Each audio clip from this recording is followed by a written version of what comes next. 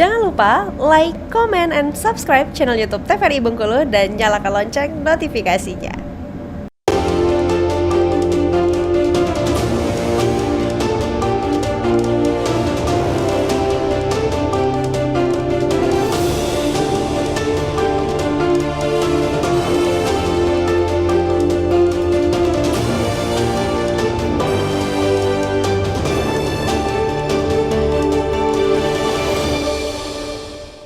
Anda kembali menyaksikan Berendo TVRI Bengkulu masih dengan tema yang sama terkait dengan pilkada dan juga persiapannya. Nah, dari Aldi sendiri mengenai mungkin pengawasan netralitas dari mahasiswa sendiri seperti apa sejauh ini ya menjelang 27 November nanti nih ya mendekati harinya seperti apa? Mungkin kalau masalah netralitas itu yang Aldi sampaikan tadi, itu kalau ada hal-hal terkait kampanye di ruang lingkup pendidikan, ruang lingkup universitas, apalagi di Unihas, khususnya itu kami selaku perwakilan mahasiswa, perwakilan BEM juga, kami langsung menindaklanjuti, langsung menindak di saat itulah hal-hal yang bersifat kampanye tadi. Mungkin semacam baliho atau sebagainya, itu kami langsung tindak karena itu tadi kalau nggak boleh di ruang lingkup pendidikan tadi kan, jadi harus bersifat apa ya, bisa dibilang ya harus netral lah karena sesuai peraturan tadi kan. Baik, sejauh ini kira-kira apa nih yang dari BEM sendiri yang perlu dipersiapkan agar meningkatkan partisipasi para pemilih nantinya ya di Pilkada 27 November? Mungkin kalau dari BEM juga, karena salah satu tugasnya juga kan mungkin lebih mengkaji dari visi misi para kandidat, para paslon, program-programnya apakah bagus untuk kemajuan Provinsi Bengkulu nanti dan daerah-daerah di Provinsi Bengkulu kan. Palingan hal itu yang kami lebih akan kaji kan, biar kami lebih cerdas memilih para kandidat nanti. Baik, kalau dari Pak Asep sendiri seperti apa Pak pandangannya agar masyarakat dan juga terutama ASN ya Bapak ya, agar netral nih menjelang pilkada nantinya dan juga mungkin himbauannya dan juga pesannya untuk institusi KPU sendiri seperti apa di daerah-daerah ya agar Iya, ya memang kalau kita mau terbuka betul gitu ya, sebenarnya secara tatanan administratif dan sebagainya, sistem pemilu kita itu kan sudah betul-betul fix lah gitu ya. Ada yang penyelenggaranya, pengawasnya, ada yudikatifnya, hukum dan sebagainya. Namun lagi-lagi masalah pelaksanaan beda. Itu kan ya, antara misalnya aturan-aturan yang sudah disepakati dengan pelaksanaannya. Nah ini banyak kasus kalau yang tahun-tahun yang lalu misalnya kan, bahwa KPU sendiri itu tidak semuanya memang profesional kan itu kan. Apalagi kalau dihadapi pada iming-iming tadi masalah keuangan. Ini menjadi sulit sekali sumbernya kayak udah berbagai cara dan sebagainya kan. Nah, cuman kalau kenyataannya itu tidak pernah ada diekspos, ya, tidak pernah banyak diekspos gitu ya. Yang misalnya anggota KPU yang dipecat gara-gara masalah itu. Saya tidak banyak tahu, gitu ya, gitu. Padahal ini informasi dari siapa ketua lembaga pengawas itu, Profesor Jimli Asidik itu, banyak sekali masalah kode etik gitu. Nah sayangnya ini tidak pernah ekspos. Yang kedua, jadi masyarakat atau katakanlah profesi itu tidak jerak kan masalah itu.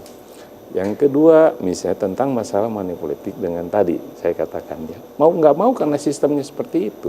Bagaimana sih kita mau meningkatkan kualitas ini ya, kualitas pemilu kita kan itu ya, dalam tataran pragmatis tadi, mulai dari partai politiknya sampai dengan masalah masyarakatnya dan sebagainya. Saya katakan itu kan itu. Nah ini sebenarnya kerja bersama kan itu, tidak bisa cara lain. Harusnya kita menyadari sistemnya gimana sih. Sekarang petugas partai itu apa sih? Bukan petugas partai, partai itu. Ya. bagaimana memberikan edukasi kepada masyarakat dan sebagainya, kan itu. Nah ini juga menjadi tantangan, sehingga ke depan berharap kita kan itu kan mulai menyadari seperti itu. Kemudian juga ada hal yang tadi kalau tentang visi misi misalnya gitu kan, katakanlah kalau kita lihat misalnya gubernur, gitu. Sebenarnya ini ada sebuah debatable misalnya kan itu. Kenapa? Gubernur itu harus dipahami sebagai kepanjangan pemerintah pusat. Artinya ngikuti visi misi pemerintah pusat. Daerah ada bupati, kan itu, wali kota. Sebenarnya wilayahnya mana sih? Pusat dari situ, kan itu kan. Nah ini. Nah justru gubernur itu nggak perlu ada visi misi yang berbeda dengan visi misinya pusat, kan itu. Nah sekarang bagaimana sih dalam konteks misalnya Bengkulu, kan itu ya. Yang saya perhatikan misalnya ada sesuatu yang agak mengganjal misalnya itu. Kenapa sih dalam visi misi itu yang saya tangkap kok tidak ada pemahaman bahwa kita Bengkulu itu adalah satu wilayah marginal. Yang sangat penting itu membuka akses, kan itu kan? Itu satu-satunya. Dan satu-satunya yang sudah dilaksanakan adalah tol. Ya. Nah itu masalahnya. Kok tidak ada gitu kan? Misalnya katakanlah kami mau melobi pemerintah pusat untuk segera menyelesaikan keterhubungan daerah Bengkulu karena ini menjadi penting. Saya lihat nggak melihat itu gitu loh kira-kira itu kan ya. Untuk ke sana ya Bapak? Iya, padahal ini memang kebijakan pusat. Nah, lobi ke pusatnya itu yang misalnya dihadapi karena ini adalah tadi kepanjangan pemerintah pusat kan itu. Nah saya sayangkan kenapa harus muter-muter Bengkulunya aja kan itu kan. Seolah-olah tidak menyadari bahwa Bengkulu itu adalah ini loh wilayah yang marginal kan itu harus dibuka akses keluar. Nah gitu. Nah ini ya kita lihat semua kan. Nah kira-kira itu bahwa misinya itu visi misi hampir sama kan yang gitu kan. Mensejahterakan itulah umum, tapi apa yang harus dilakukan? Nah gitu kan. Nah ini sekadar contoh barangkali kan itu ya. Nah artinya kita kembali gitu kan, bahwa banyak masalah yang memang masih harus kita perbaiki. Apakah normal? Sangat normal. Kita kan baru berdemokrasi kan itu kan. Baru dan perlu ada kesadaran itu untuk meningkatkan kualitas dari segala aspek masyarakat kita. Baik, terakhir mungkin ada himbauannya Bapak kepada masyarakat ya menjelang pilkada ini? Ya, oke, himbauan pertama sih sebenarnya tadi bagaimanapun pilkada itu adalah sebuah sarana demokratis yang sangat penting bagi kita semua. Itu pertama. Sehingga apa? Jangan sekali-kali punya pikiran untuk golput. Kan itu ya. Bahwa kualitasnya masih harus tingkatkan, oke, kita semua sadari. Tapi kita harus sadar bahwa ini adalah demi perbaikan daerah kita. Kan itu. Karena mekanismenya tetap kedaulatan ada di tangan kita sebagai rakyat. Kalau rakyat tidak berpartisipasi apalagi, kan itu kan. Nah, itu aja. Dan ini harus disosialisasikan dan sebagainya. Kira-kira itu aja. Baik, kalau dari Aldi sendiri seperti apa Aldi tanggapannya agar mungkin teman-teman Aldi juga lebih paham ya, terus juga tidak golput tadi ya, seperti yang Bapak Asif sampaikan, agar teman-teman Aldi juga lebih paham seperti apa tahapan pilkada dan juga lebih memahami seperti apa paslonnya dan juga tidak golput intinya ya. Itu gimana cara dari BEM sendiri?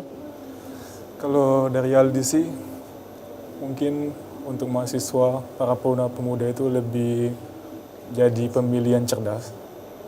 Lebih inisiatif, lebih ingin mengetahui apa saja yang akan dilakukan ke depannya oleh para kandidat-kandidat yang terpilih nanti.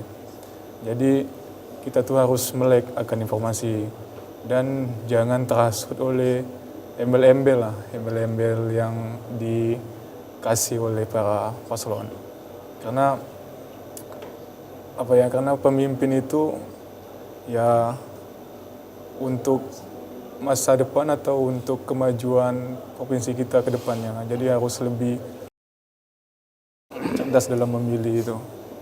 Tapi sejauh ini dari teman-teman Aldi sendiri untuk yang terindikasi golput ini banyak atau sedikit nih dari kalangan Aldi sendiri? Mungkin tadi lebih ke apalagi para generasi ini ya, generasi milenial kah, generasi Z kah, itu kadang ada, nggak semua, tapi beberapa orang yang kadang acuh atau cuek. Ya, itu kan urusan mereka. Ya kalau udah kepilih ya udah. Kadang hal itu yang harus dihilangkan pemikiran itu. Jadi kalau masalah golput mungkin ada beberapa orang yang acuhkan hal itu. Baik, yang pastinya kita sebagai masyarakat juga ya Bapak ya harus berpartisipasi aktif ya terkait dengan pilkada nantinya dengan berbagai tantangan yang sudah ada terkait netralitas ya, terus juga informasi yang beredar, money politik, dan juga tadi peran media juga ya Bapak ya. Oh Ini iya. tentunya juga harus diantisipasi satu, dengan iya. kerjasama lintas sektoral nih ya pemirsa ya, agar nantinya masyarakat bisa berpartisipasi secara aktif dan juga lebih melek nih terkait dengan informasi yang benar apakah benar atau tidak. Yang pastinya kita berharap Pilkada 2024 dapat berlangsung secara demokratis dan menjadi momentum yang penting bagi pembangunan Bengkulu yang lebih baik ke depannya. Demikian Berondo kali ini, saya ucapkan terima kasih banyak untuk Pak Asep yang sudah hadir. Sama-sama. Dan juga Aldi yang sudah hadir, dan wassalamualaikum warahmatullahi wabarakatuh. Sampai jumpa.